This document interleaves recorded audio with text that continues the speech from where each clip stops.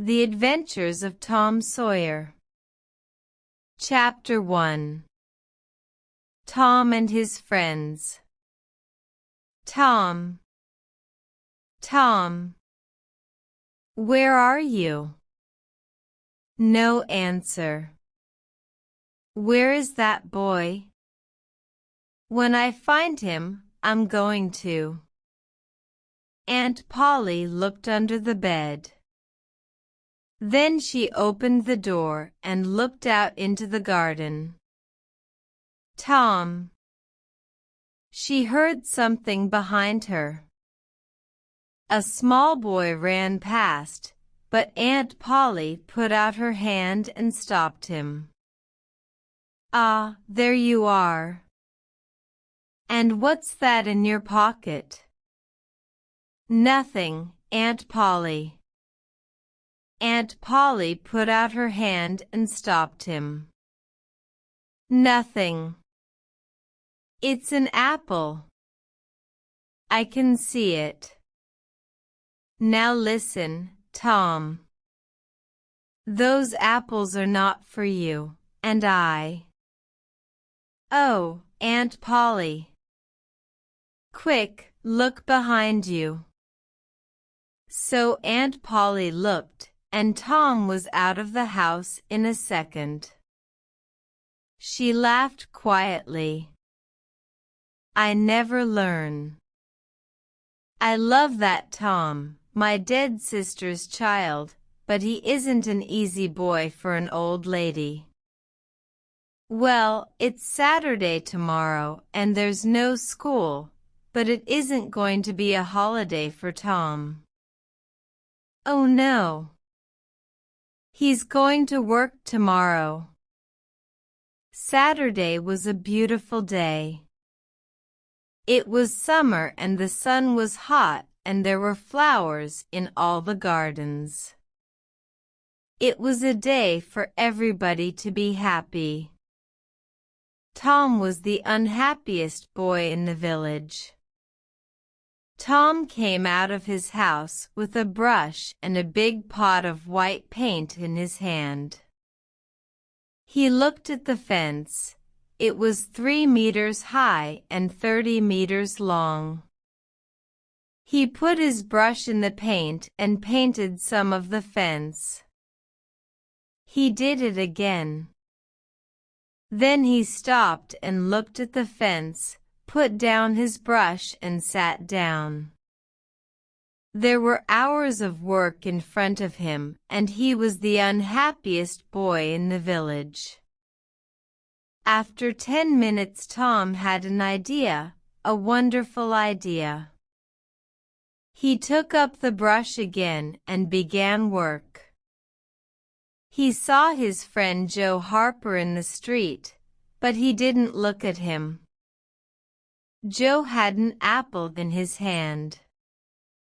He came up to Tom and looked at the fence. I am sorry, Tom.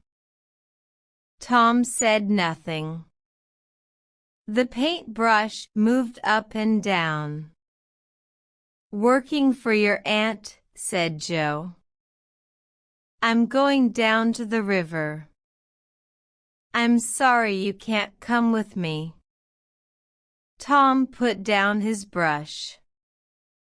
You call this work, he said. Painting a fence, said Joe. Of course it's work. Perhaps it is and perhaps it isn't. But I like it, said Tom. I can go to the river any day. I can't paint a fence very often. Joe watched Tom for about 5 minutes. Tom painted very slowly and carefully. He often stopped, moved back from the fence and looked at his work with a smile. Joe began to get very interested and said, Tom, can I paint a little? Tom thought for a second. I'm sorry, Joe. You see, my aunt wants me to do it because I'm good at painting. My brother Sid wanted to paint, too, but she said no. Oh, please, Tom, just a little. I'm good at painting, too. Hey, do you want some of my apple? No, Joe, I can't. Okay, you can have all my apple. Tom gave Joe the brush. He did not smile, but for the first time that day he was a very happy boy. He sat down and ate Joe's apple. Stopped. There was a new girl in the schoolroom, a beautiful girl with blue eyes and long yellow hair. Tom looked and looked.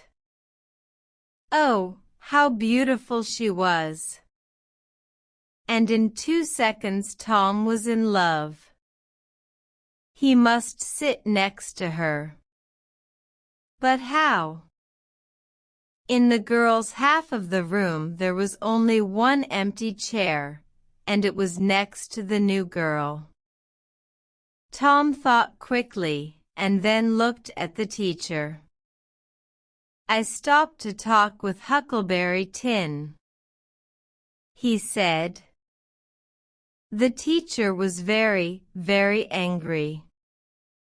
Boys were often late for school. That was bad, but talking with Huckleberry Finn was worse, much worse. The teacher took his stick, and 2 minutes later Tom's trousers were very hot, and the teacher's arm was very tired. Now, Tom Sawyer, you go and sit with the girls. Some of the children laughed. Tom walked to the chair next to the new girl, sat down and opened his book. The other children began to work again. After 10 minutes, the girl looked up. There was an apple on the table in front of her. She put it back on Tom's half of the table. A minute later the apple was in front of her again. Now it stayed. Next, Tom drew a picture of a house and put it in front of her. That's nice, the girl said. Now draw a man. Tom drew a man next to the house. The man was taller than the house, and he had very big hands and very long legs. But the girl liked him. Can you draw me now? She asked. Tom drew a girl next to the man. You draw beautifully. I can't draw pictures. I can teach you, said Tom. After school. Oh, please. What's your name? Tom asked. Becky. Becky Thatcher. Just then Tom felt a hand on his head. It was the teacher. He took Tom by the ear and moved him back to his chair in the boys' half of the room. You draw beautifully, said the girl. Chapter 2. In the Graveyard. That night Tom went to bed at 9:30. He waited for Huck's meow, and at 11 o'clock it came. He climbed quietly out of the bedroom window, and then he and Huck walked out of the village with the dead cat. The graveyard was on a hill, about a mile from St. Petersburg. When the boys got there, they put the dead cat on a grave, and sat down behind some trees. They watched and waited. It was very dark and very quiet. "Do you see that new grave there?" whispered Huck. "That's Hoss William's grave. He died last week." "Perhaps he can hear us," Tom whispered back. "Do you think he can, Huck?" "I don't know, but sh. "Oh, Tom, what is it?" "sh," whispered Tom. "I can see something. Look." Huck moved nearer to Tom. "Ghosts," he said. "3 of them. They're coming here, Tom." "Oh, let's go home." "They can't see us," Tom whispered. "Not here." "Ghosts can see through trees," said Huck unhappily. "They can see through everything." Moved a little and opened his eyes. What happened, Joe?" he asked. "This is bad, Muff," said Joe. "Why did you kill him?" Muff looked at the doctor's dead body, then at the knife in his hand. "Me? Did I kill him?" His face went white, and the knife fell from his hand. "It's the whiskey, Joe. I never fight with knives usually." "Oh, why did I drink all that whiskey tonight?" "I don't remember anything." "It's okay, Muff," said Joe.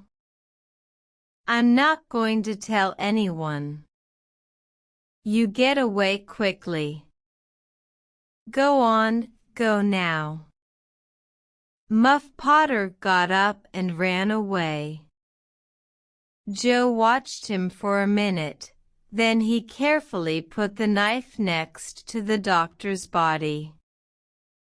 Then he, too, left the graveyard. The next day the sheriff's men found the doctor's body in the graveyard and Muff Potter's knife. That night Muff came to the graveyard to get his knife. But the sheriff's men were there, and they took Muff to Senior Petersburg's little jail. And there Muff sat for 4 weeks and waited for his trial. And there Muff waited for his trial. Tom and Huck could not forget that night in the graveyard. They were very unhappy and very afraid. "What are we going to do?" said Tom. "Muff Potter didn't kill the doctor, Injun Joe did. We saw him." "I know," Huck said. "But what can we do?" "We can't tell anyone." "I'm afraid of Injun Joe. He's dangerous. And he's a killer."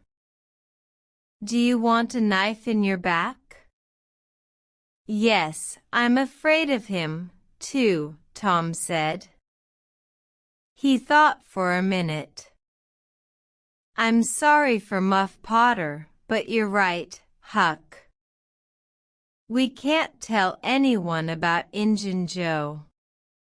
Chapter 3 On Jackson's Island. The summer holidays came, and there was no school. Tom didn't want to think about Muff Potter and Injun Joe, but it wasn't easy. At night, when he was in bed, he saw Injun Joe's face in the dark, and he couldn't sleep. But he couldn't talk to anyone about it. One hot summer's day he and Joe Harper were down by the Mississippi River. They sat and watched the boats and fished and talked. "Let's get away from here," said Tom suddenly. "Let's go and do something exciting somewhere." "Okay," said Joe. "But what? And where?" "I know," Tom said. "Let's run away. Let's go and live on Jackson's Island. We can sleep out under the trees." They watched the boats and fished and talked. Jackson's Island was in the Mississippi, 3 miles south of St. Petersburg. Nobody lived there. "Let's ask Huck Finn, too," said Tom. "But don't tell your mother or father or anyone. Go home and get some things to eat and meet me here at midnight." They cooked some of the meat over the fire. So that night 3 boys in a small boat went down the river to Jackson's Island. They had some bread and some meat, and Huck had his pipe, too. When they got there, they carried everything onto the island and made a fire under a big old tree. Then they cooked some of the meat over the fire, and oh, that meat was good, the best dinner in the world. Soon they stopped talking, their eyes closed, and they slept. The 3 boys ran down to the river to swim. The next morning Tom woke up with the sun on his head and a smile on his face. Then Huck and Joe woke up, and the 3 boys ran down to the river to swim. After that, they fished, and soon they had about 6 big fish for their breakfast. They cooked the fish on their fire and ate them all. They were very hungry. "That," said Joe happily, "was a wonderful breakfast." After breakfast they walked through the island, swam some more, talked, fished, and swam again. They came back to their fire in the afternoon. Suddenly, Tom looked up and said, "Listen. Can you hear boats?" They listened, and then ran across the island to look down the river. There were 20 or more boats on the water. Every boat in St. Petersburg was out. "What are they doing?" asked Joe. "They're looking for a dead body, I think," said Huck. "They did that last summer when Bill Turner fell in the river and drowned." "Who's dead, do you think?" asked Joe. The boys watched the boats. Suddenly, Tom cried, "I know who's dead. It's us. They're looking for us." This was wonderful. Tom looked at his friends. "We're famous," he said. "Everybody in St. Petersburg is talking about us. And they all feel sorry for us." Night came, and the boys went to sleep. But Tom did not sleep, and when morning came, he wasn't there. "Huck, where's Tom?" cried Joe. "I don't know," Huck began, "but look. There he is. He's swimming across to the island now." "Hey, Tom." At breakfast Tom told his story. I went home last night, he said, and listened at the window. Joe, your mother was there, too, and she and Aunt Polly cried and cried. I heard some very interesting things. On Sunday there's going to be a big funeral at the church for us. And listen, I've got a wonderful idea. Huck and Joe listened and laughed, and yes, it was a wonderful idea. That night the boys cooked some more fish, and after dinner Huck got out his pipe and began to smoke. "Can we smoke, too?" asked Tom. "I want to learn." So Huck made pipes for Tom and Joe, and the three boys sat and smoked. "Hey, I like smoking," said Tom. "It's easy." "It's nothing," said Joe. "I'm going to smoke every day." But after 10 minutes Tom and Joe got quieter and quieter and their faces went an interesting color. "I'm going for a little walk now," said Tom. He stood up, carefully, and walked away into the trees. "Me too," said Joe, quickly. The two boys came back an hour later. But they didn't smoke their pipes again. On Sunday morning there were no happy faces in St. Petersburg. Aunt Polly and Joe's mother and father were in the church, and all the boys' friends. The minister said some very nice things about the three boys, and the boys' families cried and cried. Everybody cried. And little Becky Thatcher did not stop crying for 1 second. There was a small noise at the back of the church, but at first nobody heard it. Then the minister looked up and suddenly stopped speaking. Everybody turned to look. Their mouths opened and stayed open. And into the church came the three dead boys, Tom first, Joe next, and then Huck. And into the church came the three dead boys. For a second nobody moved or spoke, and then the noise began. Aunt Polly and Joe's mother ran to the boys and took them in their arms. Aunt Polly cried and laughed and cried again. "Oh, Tom," she said. "You're a bad boy, but I love you." Suddenly, the minister called out, "Oh, happy days! Sing, good people of St. Petersburg! Sing and be happy!" And everybody sang, and smiled, and laughed for a long time. It was St. Petersburg's happiest funeral. The weeks went by, and the judge came to St. Petersburg.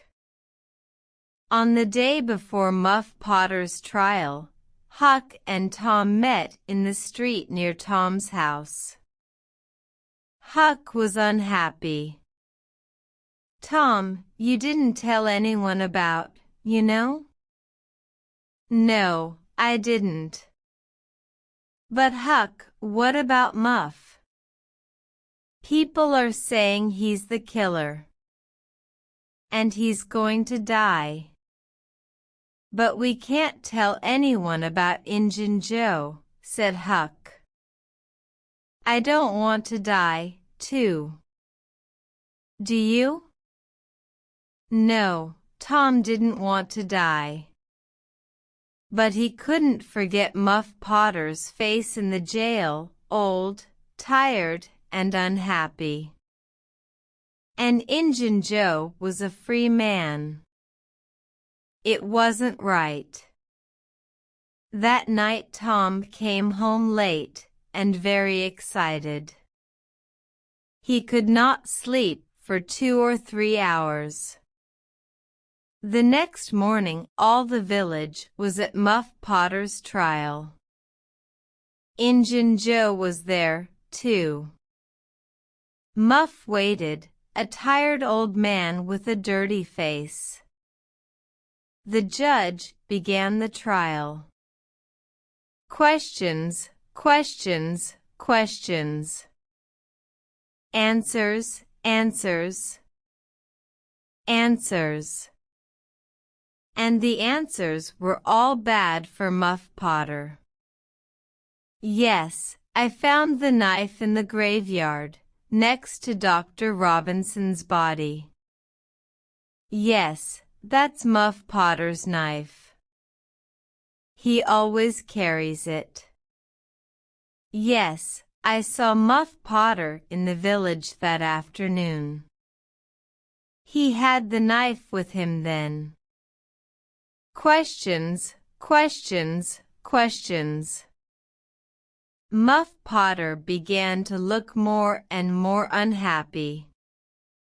Then the judge said, "Call Thomas Sawyer." St. Petersburg sat up. What did young Tom Sawyer know? Everybody looked at him and waited. Thomas Sawyer, where were you on the 17th of June, at the hour of midnight? In the graveyard. Why? I went there to see ghosts. With a dead cat. St. Petersburg laughed, and the judge looked angry. And where were you in the graveyard, Thomas? Behind the trees near Hoss William's grave. Injun Joe's face suddenly went white. Now, my boy, said the judge. Tell us your story. And so Tom told his story, and St. Petersburg sat and listened to him with open mouths. And then Muff Potter fell, and Injun Joe jumped with the knife and crash. Injun Joe jumped through the window, and was out and away in a second. St. Petersburg loved Tom for a week. But Tom was not happy. Injun Joe was not in jail, and he was a dangerous man. Tom slept badly for weeks. The slow summer days went by. Injun Joe did not come back to St. Petersburg, and Tom began to forget. Chapter 4. Treasure. There is a time in every boy's life when he wants to go and dig for treasure. And that time came for Tom. So, one hot summer's day, he went to find Huck. Huck liked the idea of treasure. Where are we going to dig? He asked. An old dead tree is best. Who puts the treasure under old trees? Robbers, said Tom. And then they go away, or they forget to come back for the treasure. There's a dead tree on Cardiff Hill, said Huck. Let's go there. I've got an old pick and shovel. It was 3 miles to the old tree, and the boys arrived tired and hot. They dug for an hour or 2, but they didn't find any treasure. Then they stopped, and Tom looked down at an old house at the foot of the hill. I've got an old pick and shovel." "Hey, look," he said. "Nobody lives in that old house. Let's go there. Old houses are always good for treasure. Good for ghosts, too," said Huck. They took the pick and shovel with them, went down the hill, and into the old house. They looked in all the rooms downstairs, and then went upstairs.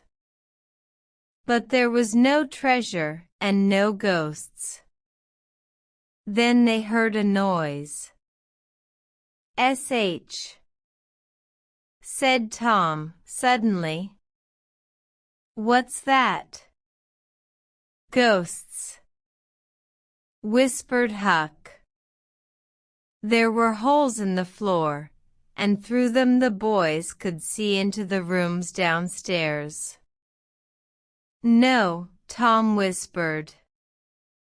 "It's two men. One is the old Spaniard. He came to live in the village last week. I don't know the other man. Let's listen to them." The two men sat down on the floor. The Spaniard had a green hat and long white hair. The other man was small and dark. He took out a bag and began to open it. "It's hot in here," the Spaniard said. He took off his green hat, and then he took off his long white hair. "Tom," Huck whispered upstairs. "That's Injun Joe.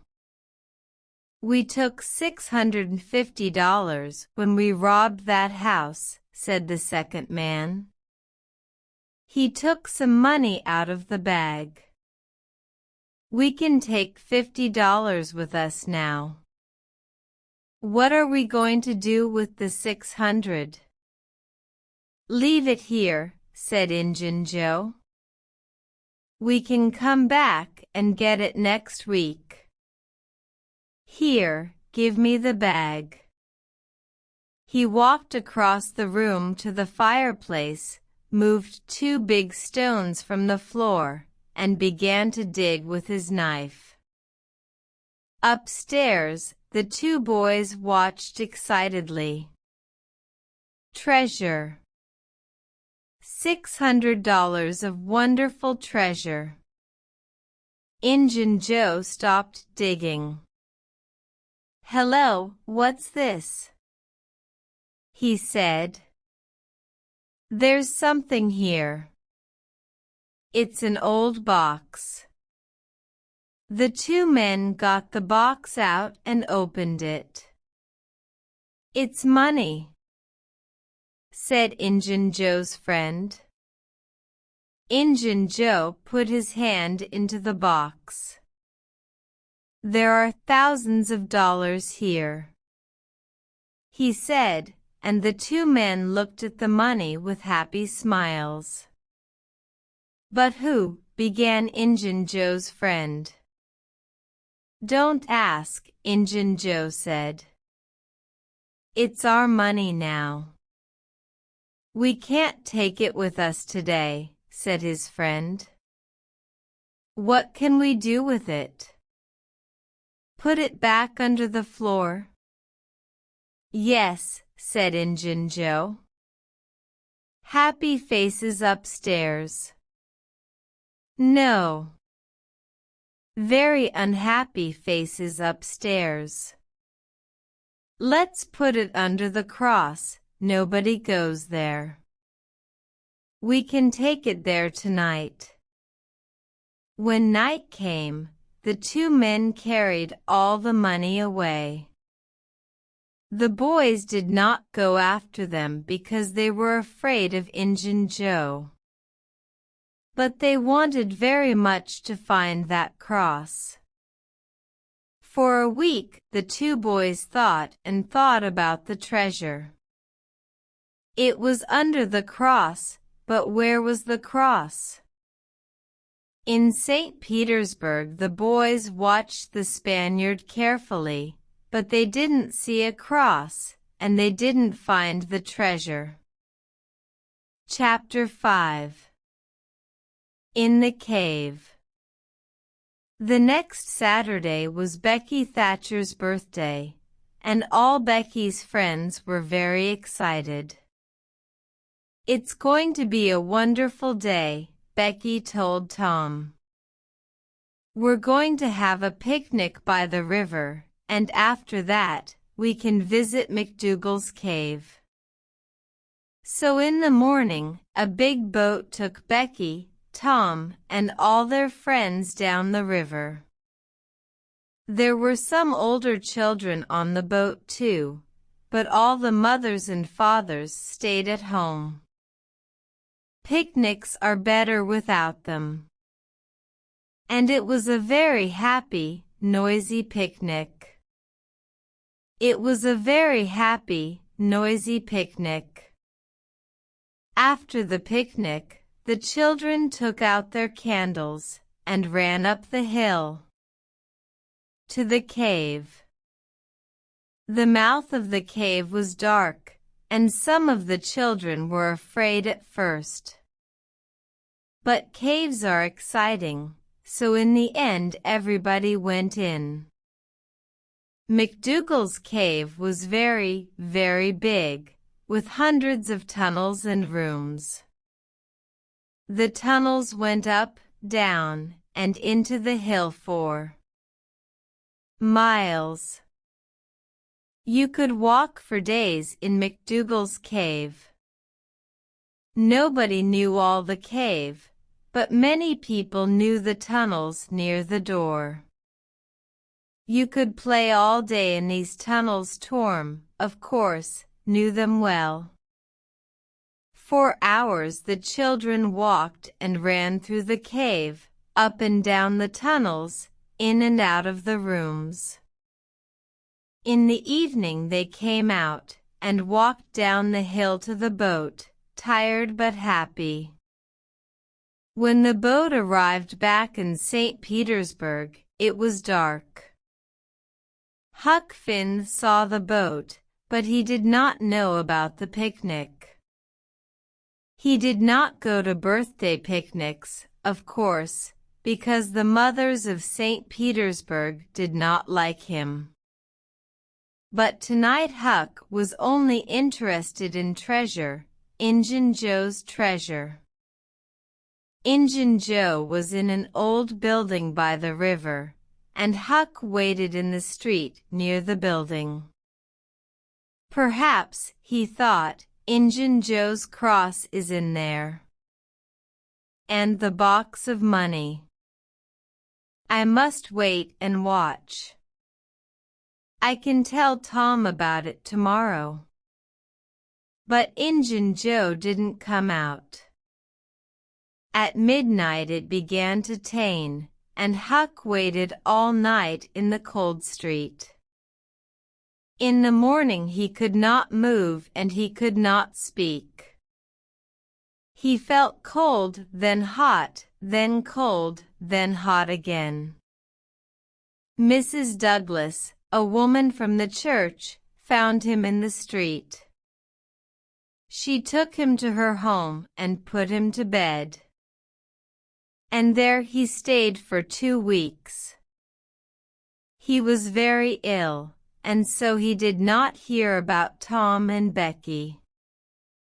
But on Sunday morning all St. Petersburg knew about Tom and Becky, because they were not on the boat when it came back to the village. Where were they? Were they lost in the cave? And were they alive or dead? At first Tom and Becky played with their friends in the cave. Then Tom wanted to go down a new tunnel, and Becky went with him. Sometimes Tom put a mark on the tunnel wall.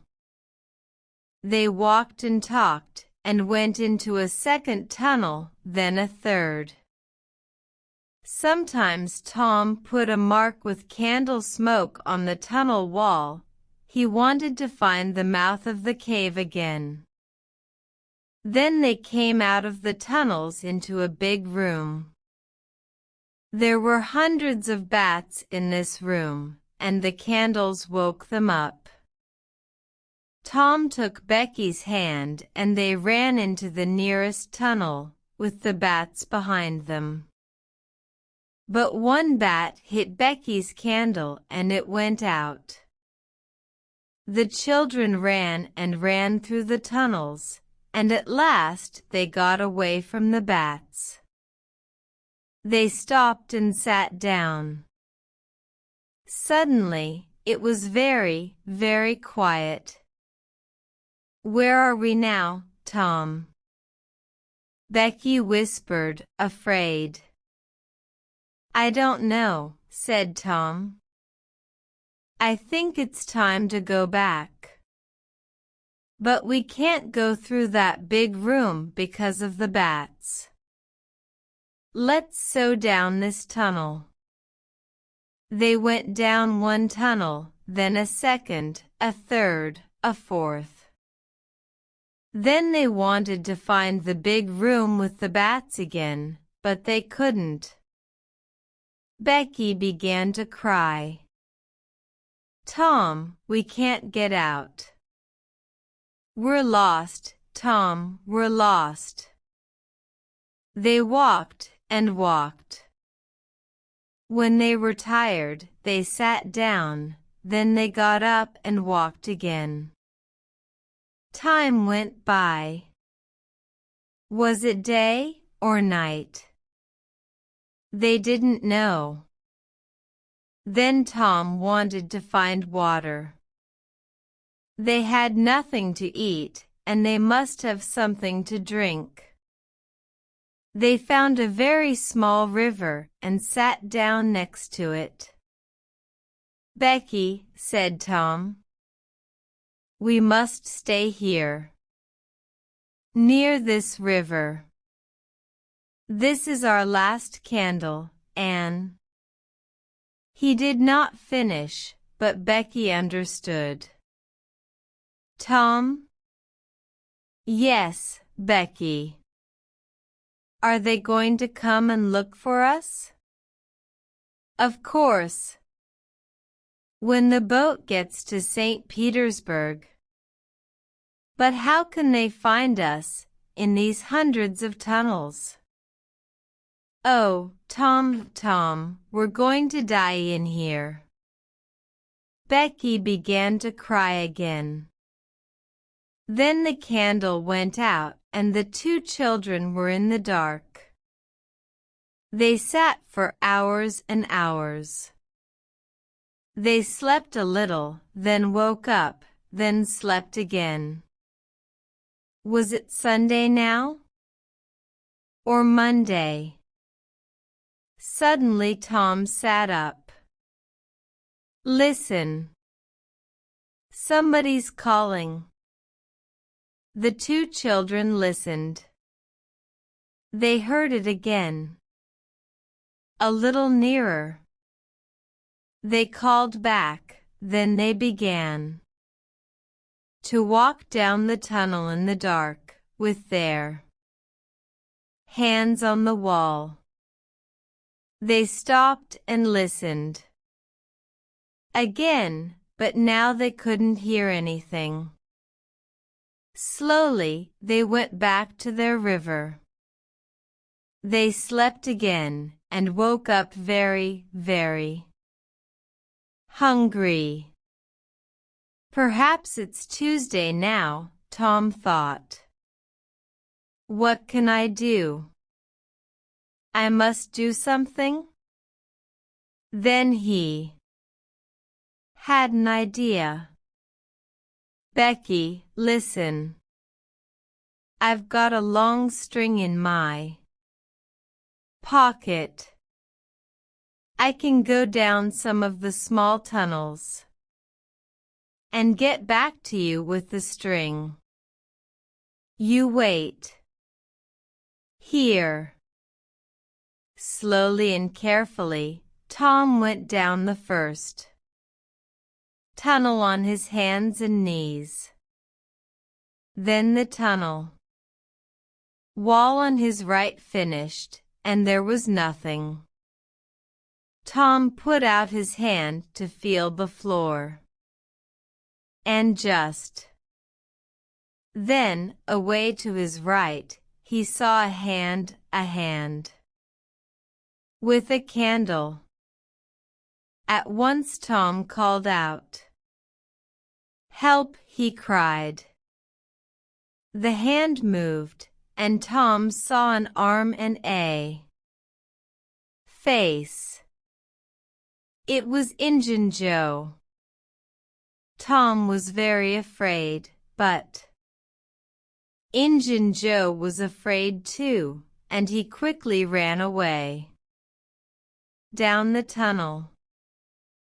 Tom went back to Becky, but he did not tell her about Injun Joe.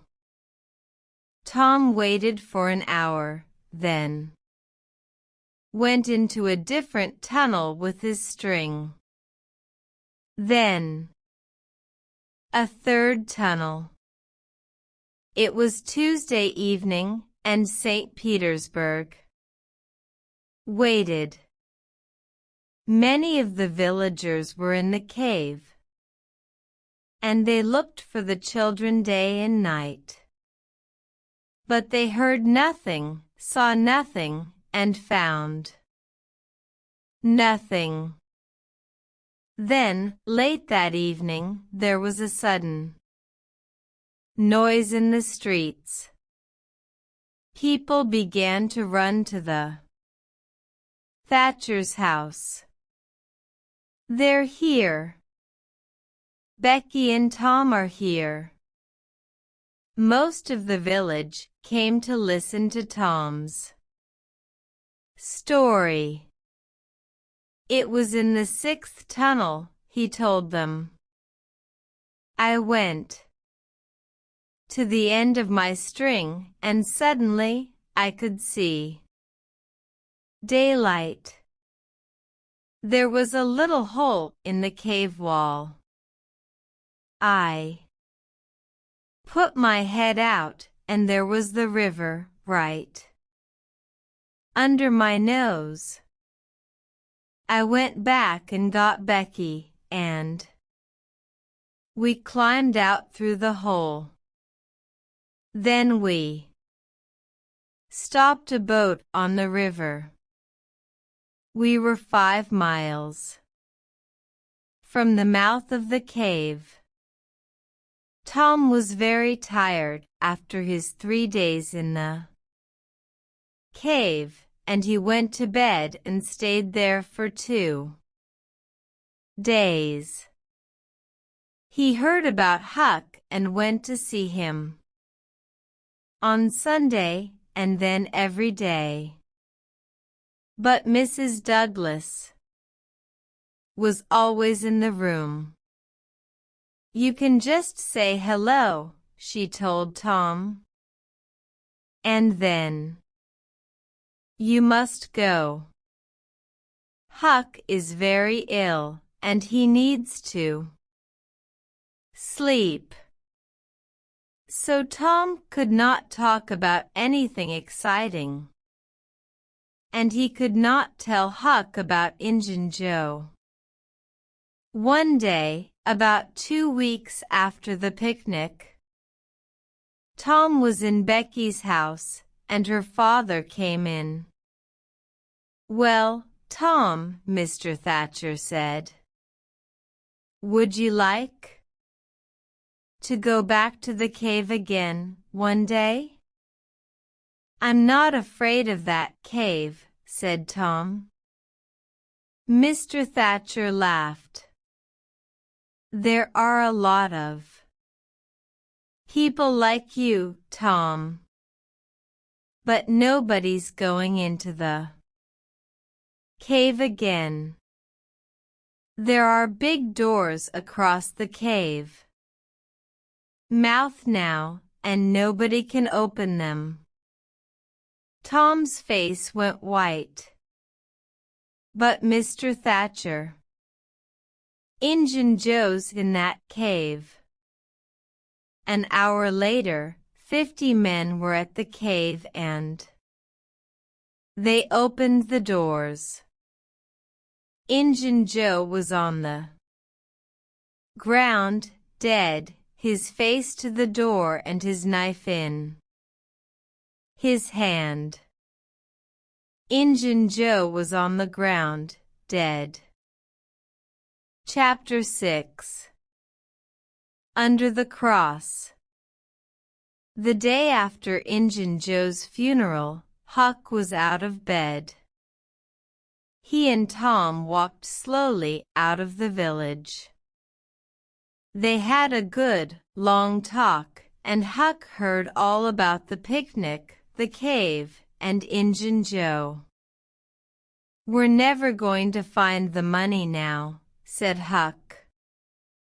"Huck," said Tom, "the money isn't in St. Petersburg. It's in the cave, I know it is." "Why was Injun Joe in the cave?" "Because he took the box of money there." "Right?" Huck looked excited. "Say that again, Tom." "The money's in the cave. And we can get to it easily. Let's go there now. I've got some candles and a long string. We can take a boat and put it back later." 20 minutes later the boys were in a boat on the Mississippi. They went 8 miles down the river, and then Tom stopped by some small trees. "Here we are," he said. Tom's hole was just behind the trees. Tom took a candle and climbed in. Huck climbed in after him. "Injun Joe never found this hole," said Tom. "Or he did find it and couldn't get through it. It's very small." The boys went carefully through the tunnels with their string. Then Tom stopped. The boys went 8 miles down the river. "I saw Injun Joe about here," he said. "And look, Huck, there's the cross." There was a big smoke cross on the tunnel wall. The boys looked up and down the tunnel, but there was no box of money. "Injun Joe said under the cross," said Tom. "Perhaps it's under the ground. Look, we can move these stones." The boys took their knives and began to dig by the tunnel wall. Very soon, they found a second, smaller tunnel under the wall. They climbed down into it and came into a small room. There was a bed, 2 whiskey bottles, some old shoes, and the box of money. When somebody finds treasure, everybody hears about it very quickly. The 2 boys carried the box through the village. And when they got to Aunt Polly's house, half the village was with them. Everybody went into the house. "Oh, Tom, Tom," cried Aunt Polly. "What is it now? And what have you got there?" Tom put the box on the table and opened it. There were $12,000 in that box. And suddenly, Tom Sawyer and Huckleberry Finn were the richest people in St. Petersburg. There were $12,000 in that box. The end.